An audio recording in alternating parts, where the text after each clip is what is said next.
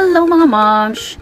For today's video, mini vlog tayo. Ito yung Edamama event na experience namin. Pumunta kami sa Mega Trade Hall 1 and 2. So, ayan na yung registration area. So, kami ay nakapag-pre-registered na.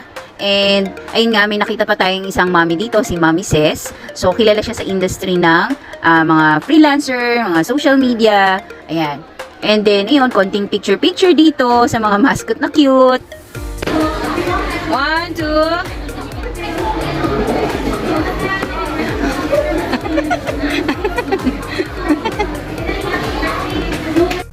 And then, ayan, pumasok na kami. So, nag-explore na rin. Kahit yung mga kids, nag-explore na. And, yung iba nating mga videos or clips ay nasa ibang post nito, moms. So, ito talaga yung pinaka-mini vlog namin. At meron din silang mga photo souvenirs. And may makikita ditong photo booth. Ayan, makikita nyo. Yan yung mga mommies na nagsipag-attend.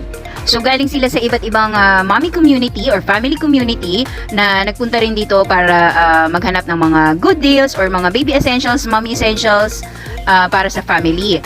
So, si Bundle of Joy ang nagpa-facilitate ng photo booth at siya din na nagpiprint ng mga photo souvenirs.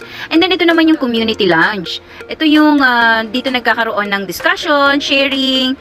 Mapapansin nyo rin sa area nito yung attendance board. Nandito lahat ng mga family and mother communities. Dito ka mag-a-attendance. Ilalagay mo yung green sticker kung saan ka belong. And then, dito naman makikita yung play zone. Dito yan, nakikita nyo yung mga kids. Diyan namin na sila pinaglalaro muna kung gusto nating makaikot. At dyan ko nga siya iniwan si Bagets para maka-attend ako dun sa community lounge. And then, dito rin sa part na to, makikita ninyo yung si Sun Life, isa sa mga sponsor ng events na to. Nandyan sila para mag-discuss ng mga magandang offer para sa ating family for insurance. And syempre, bumalik na ako dito sa photo booth kasi na-print na yung aming photo souvenir dito sa booth. And then, ito nga, nagkaroon na ng discussion or topic dito sa community lounge. The topic is all about teaching money skills to kids according to age, and then yung mga principles sa pag-handle ng money sa ating mga kids. Kung paano natin sila tinuturuan bilang magulang, paano natin sila pinapalaki, at kanilang paniniwala tungkol sa pag-handle ng pera.